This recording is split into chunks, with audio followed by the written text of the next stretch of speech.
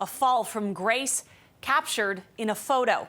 Slumped in the back seat of his Range Rover, Andrew Mountbatten-Windsor leaves a police station in England, released from custody after being held and questioned for 11 hours on suspicion of misconduct in public office over allegations he sent confidential government documents to Jeffrey Epstein.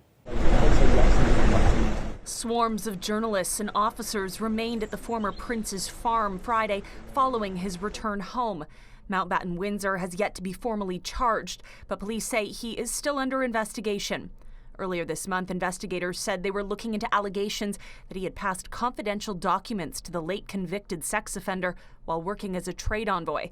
It's one of, if not the biggest scandals to affect the royal family. I really don't care about the legacy.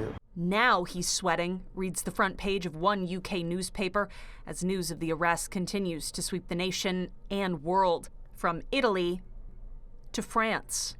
I think it is a very good thing because it shows the royals are not above the law, especially with a penal case this big. Once known as the, quote, Playboy Prince, Mountbatten-Windsor was arrested Thursday, the day of his 66th birthday, after which his brother, King Charles, issued a statement saying, in part, the law must take its course. A strategic statement distancing the royals from the disgraced former prince, says royal commentator Afia Hagen. But behind closed doors, it doesn't matter what we say. Andrew is still the king's brother. He's being supported by the king. And the king has to continue doing that, because if he doesn't, that's how Andrew gets himself into trouble, where he goes looking for money, power, privilege elsewhere. Mountbatten-Windsor is 8th in line for the throne, but last year he was stripped of his royal title over his connection to Epstein and allegations the two men sexually abused Virginia Giuffre when she was a teenager. He has previously denied any wrongdoing with regard to Epstein and said he regrets their friendship.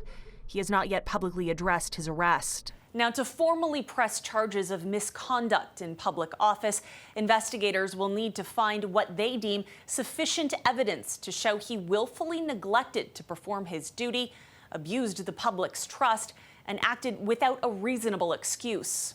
In a separate investigation, the Metropolitan Police Service says it's now asking Mountbatten-Windsor's protection officers what they witnessed during their period of service in relation to the force's ongoing review of the Epstein files. Michelle Mackey, City News.